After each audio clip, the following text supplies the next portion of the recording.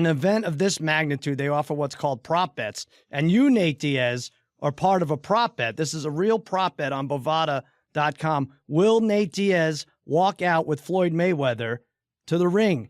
No is minus 160. Nate, you could tell me now, and we can make literally hundreds of dollars before they take the prop down. Will you walk out with Floyd Mayweather? You could bet on that, huh? Yeah. That's crazy that you can bet on that. They should call me. Isn't that stupid? Yeah, you seem, you have a lot of control over that, and you won't even have to lift a finger. That is crazy. Is that something you're not willing to divulge, huh? Hey, I'm not gonna go jinxing no bets, but time will tell. We'll see what happens. All right. You may, because I could say, we could just hang out here and watch the fight, and then we could collect on the no, or maybe maybe we say yes, and you accidentally wander down the aisle with Floyd. Who knows? Yeah. Maybe call me off the air, and we'll get this figured out. Okay, I think that's the way to do it. You're smarter than I am. I think you figured it out. All right, spell it out for us, Nate. You fought Conor twice. You spent a lot of time on your feet with him. Does he have a chance, or is this all a farce? Of course, he has a chance. This is a fight game. You always have a chance in a fight, and I believe there's a lot of ignorance going on in the boxing community.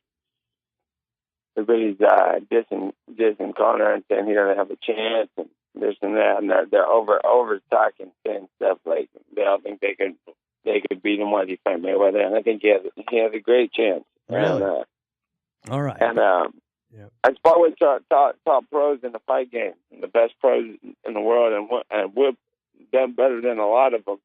And I fought Conor for 25 minutes. I believe that he's definitely going to have a chance fighting and beating the best boxer pound for pound in the world right now. That's another story, but I fight the fight, and we have to watch and see what happens, and hopefully for a hell of a fight. So he's got a decent chance. It's funny. Both sides feel the other is being disrespectful. The boxing purists say, how could this MMA star come in and think he's going to beat the best, like you said, pound for pound fighter in his weight class? Yeah, well, it's crazy because I'm not on the MMA side. I'll tell you I'm not on Floyd's side, not on Conor's side, but I'll tell you whose side I'm definitely not on. It's definitely not UFC side.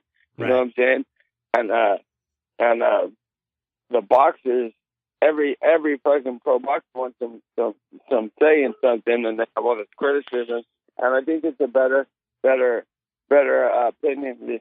A better option to keep your opinion out of it, and not because what happens when Conor wins? Let's say he wins, and all that shit, all these fucking boxers talk are sitting there like, oh, we thought you knew, but you actually don't know shit, because they say stuff like he doesn't stand a chance. But they should know, just being fighters, that in a fight everybody stands a chance, and if you're saying that there's no chance, I think that's a big problem. And the ignorance is crazy, because no one actually knows except for a fighter like me or my brother who's started with that high level of pro. Because I know if I went into a fight like that, I'd be collecting like, don't ever count me out, because watch me win this shit. So I believe that.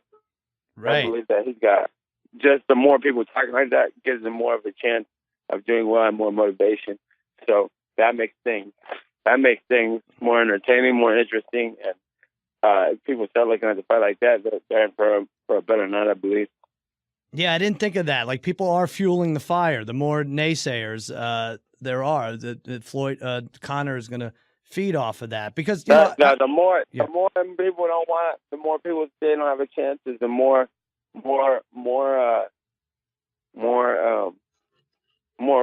fearless you get about this whole situation, and the more confident you're like, yeah, you think so, huh, motherfuckers? Watch me take over this whole shit. Right. And that's a possibility, and that should be in the gamble itself. Yeah, you're right. If it went the other way, I think Floyd would get killed if he went into the octagon. Like, I think he literally would die in the octagon against you or Conor. But it's a little different when you're standing toe to toe. Now we're participating in the sport, but what people don't realize is I hear a lot of boxers too. They'll go like, they'll say to me too, we stay in our lane. I'm like, what you don't understand is speaking for myself, is boxing is my lane. I've just been stuck in MMA this whole career because the money was there, the contracts were there, and I was stuck in MMA. But I've been, the way I train for these fights is just like a boxer trains for a boxing match. Only I add the jiu-jitsu and the wrestling and the kickboxing, so there's a lot more work. So now we're dealing with just one aspect. So even he said it, that it's going to be less work, and you know, we're on one discipline. And I always said to all my partners and all my people, I said, if I only had to do one thing, if I only had to do jiu-jitsu or only had to do boxing, I'd be the best boxer in the world. I'd be the best jiu-jitsu guy in the world. If I have to worry about all this shit, I'm the top. Most likely, I'm the best. I just beat the pound-for-pound best fucking MMA fighter in the world, who's supposedly not on steroids. And so I'm already number one in that sport. If I just had to worry about one thing, I think I would own that one too. And now we got Conor doing it. Yeah. So we got the number 2 guy fighting for the number 1 position in boxing. And I think it's possible. And everybody count him out to tripping. And he's still fighting the best in the world, though. So we have a fight on our hands. Yeah, you said something interesting there, and I caught it. Best fighter not on steroids. Of course, John Jones tested positive, or the news came out yesterday. They tested positive for the Cormier fight. Does that surprise you at all? No, I believe that. Like I said before, and I stick to it. I believe that everybody's on steroids the whole game. Because me and my brother were not on steroids, and it's a serious thing, and I don't think that's ever going to end. So, what's surprising to me is everybody being surprised when someone gets busted for steroids, especially someone who's already been busted. You're like, you know what I'm saying? These guys knows how to pass these tests. Somehow John didn't get caught with his test, but I don't know why, because they all know how to pass the test. You know what I'm saying? Yeah. They don't know how to pass the test. I hear about it. The fight game tells me everything I know on the inside, and they don't know how to pass the test. I don't know what happened with him. So yeah, but it shouldn't be surprising when people get busted for steroids. It's like, another one bites today. Right. Well, that's good that you're able to stay clean. And really, what's to stop Conor from doing steroids for this fight? I mean, he's not looking at a career as a boxer. He's not worried about what the with the Nevada State Athletic Commission, the boxing division, is going to say. He's probably done with boxing after this. So don't you think it's likely that he'll take steroids for this fight? I'm not going to tarnish his name like that in that area, but don't be surprised if they're both on steroids. Who knows? You know what I'm saying? Right.